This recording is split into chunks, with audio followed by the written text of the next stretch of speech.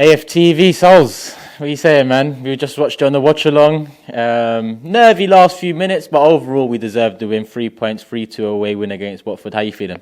Shaky ending. I think the 3-2 sort of makes it feel like it was a closer game than it actually was. I think we started off on the back foot. They scored a goal that was offside, thankfully. We then started brilliantly with that amazing goal from Odegaard. They then equalised. And I think after they equalised, we was on the back foot. But again, I think all three goals today were absolutely clinical. I think shout out to Bukayo Saka. I don't know what more I can say about this guy. He's been so consistent this season. Goals, assists. He's been doing this again for the last sort of 2 years or so. The only thing he lacked was the end product. And that's what he's got at the moment. He's got the end product. He's got the ability to change games now single-handedly. And I think overall it was a brilliant performance. It's not one of our best performances, I'll be honest, not to be too negative, but I think in terms of the actual 90, it was a very good performance. Sounds like we got your man of the match there with Saka. But what was your favourite goal today? I think my favourite goal was probably the first goal, only because it started off literally in the middle of the park. Brilliant connectivity between Odegaard and Saka.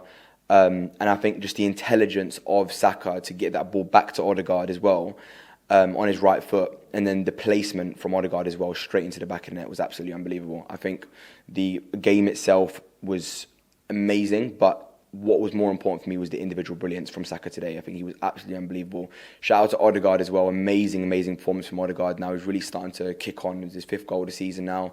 I think he's got 3 assists as well. So again, he's putting up some numbers as well now. And literally, we're fielding the youngest squad in the league every week now, and the young boys are doing the business. And I think it's sort of credit to the teams, credit to Arteta as well from getting good out of the young players.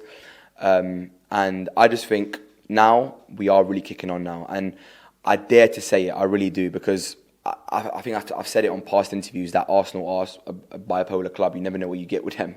But 1 week you come in and you think, oh God, what a performance! What? And you get that bit of hope inside you that we can do this. And then another week you'll come in and go, what was that? And then you kind of get humbled again. But I think looking at the rest of the league now, we do really need to kick on now. We've got an amazing opportunity now to get into top 4. And we have to take that opportunity. Are we in the driving seat for that? I think we are, and it's a big credit to Arsenal, because I remember at the start of the season we lost our first 3 games. A lot of people were saying, especially pundits, oh, we're years away from the top 4. We're years away from challenging for the top 4. We need 4 or 5 windows. And I think what Arteta has done this season, he's come in, he's spent over £100 million on some players that, quite frankly, none of us thought was going to be as good as they actually have been. But these players have done the business. Big shout out to all the signings that Arteta have made. And I think at this moment in time now, all we can do is take it game by game. It comes to a game, we have to get the 3 points, no matter how we play, no matter what we do. The only thing that matters now is 3 points. We've got 8 game weeks left now, 9 game weeks left of the season. We have got some tricky games in hand. The big test for me is going to be in sort of a couple of weeks, when we do have the sort of short space of time. The rescheduled games that we have in hand are going to be sort of coming in thick and fast. We've got Liverpool to play as well. But I just think we have got to really kick on now. We have got to kick on. We've got to pour our hearts out. And if these boys, these young kids do manage to get us top 4, it's an amazing achievement. 100% it will be, because you're right. A lot of us looked at the signings in the summer and we was underwhelmed. But when you look at it now, it's like they created a nice base that this summer, with top 4, with the wage structure, cleaned or cleansed in January and across the past 18 months, to be honest, it could potentially be one of our biggest summers. Exactly. If you had to stick your neck on the line, would you go for Arsenal top 4 this season, or is it still early to ask that?